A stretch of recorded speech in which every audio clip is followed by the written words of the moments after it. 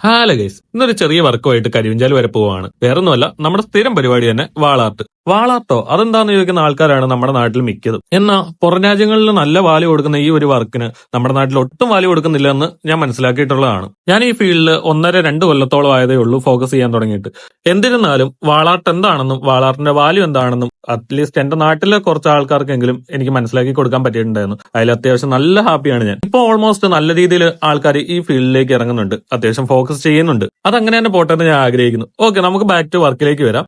നമ്മൾ ഇന്ന് പോയിട്ടുണ്ടായിരുന്നു ഒരു രൂപകൊണ്ടിന്റെ ബാക്ക്ഗ്രൗണ്ട് ചെയ്യാനായിട്ടായിരുന്നു. അത്യാവശ്യം കഷ്ടപ്പെട്ട ഒരു വർക്ക് തന്നെയായിരുന്നു ഇത്. കാരണം ഒരുപാട് കട്ടിങ്സ് ഉള്ള ഒരു ഏരിയ ആയിരുന്നു ഇത്. യേശുവിന്റെ രൂപം വരുമ്പോൾ അത് സ്കൈയിൽ നിൽക്കുന്ന പോലെ തോന്നണമെന്നായിരുന്നു ക്ലയന്റ് പറഞ്ഞിട്ടുണ്ടായിരുന്നു. അത്യാവശ്യം മൗണ്ടൻസും പുൽമേടുകളും അത്യാവശ്യം കളർഫുൾ ആയിട്ട് തന്നെയുള്ള ഒരു വർക്ക് തന്നെയായിരുന്നു അവർ ആഗ്രഹിച്ചിട്ടുണ്ടായിരുന്നു. അതിനുള്ള അടിപൊളി ഒരു റെഫറൻസ് നമ്മൾ കൊടുത്തിട്ടുണ്ടായിരുന്നു. ഈ റെഫറൻസ് രണ്ട് രീതിയിൽ നമുക്ക് ഫോക്കസ് ചെയ്യാൻ പറ്റും. ഒന്ന്, അതിന്റെ ഗ്രൗണ്ടുകളിൽ അധികം ലീഫുകളോ പ്ലാന്റ്സോ ഫ്ലവേഴ്സോ ഒന്നും ചെയ്യാതെ പ്ലെയിൻ ആക്കി ഇടുക, അല്ലെങ്കിൽ ഗ്രൗണ്ടിൽ ഫ്ലവേഴ്സും ലീവ്സും ആഡ് ചെയ്ത് അടിപൊളിയാക്കുക. ഈ രണ്ടെണ്ണമായിരുന്നു നമുക്ക് ഉണ്ടായിരുന്നത്. എന്താണെങ്കിൽ ഞങ്ങൾ രണ്ടാമത്തെയാണ് ഫോക്കസ് ചെയ്തിട്ടുണ്ടായിരുന്നത്. അത്യാവശ്യം ഫ്ലവേഴ്സ് വെച്ചിട്ട് കളർഫുൾ ആക്കുക എന്നുള്ളതായിരുന്നു പ്ലാൻ. അവസാനം ക്ലയന്റും ഞങ്ങളും പ്രതീക്ഷിച്ച പോലെ തന്നെ അടിപൊളി ഒരു റിസൾട്ട് ആ വാളാർട്ടിൽ നമുക്ക് കൊടുക്കാൻ പറ്റിയിട്ടുണ്ടായിരുന്നു. അത്യാവശ്യം കളർഫുൾ ആയിട്ട് ആ വാള് നല്ല ഹൈലൈറ്റ് ആയി നിൽക്കുന്ന പോലെയാണ് നമ്മൾ ചെയ്ത് കൊടുത്തിട്ടുണ്ടായിരുന്നത്. ഈ വീഡിയോ കണ്ട് ഇഷ്ടപ്പെട്ടവർ ഒന്ന് ഫോളോ ചെയ്ത് സപ്പോർട്ട് ചെയ്തേക്കെ. ഈ വീഡിയോ ആയിട്ട് കണക്ട് ചെയ്യാൻ പറ്റിയ നിങ്ങളുടെ ആർട്ടിസ്റ്റ് ഫ്രണ്ടിന് ഇതൊന്ന് ഫോർവേഡ് ആക്കി കൊടുത്തേക്കെ. എന്താണെങ്കിലും നല്ലൊരു വീഡിയോ ആയിട്ട് പിന്നീട് കാണാം. അതുവരേക്കും ബൈ.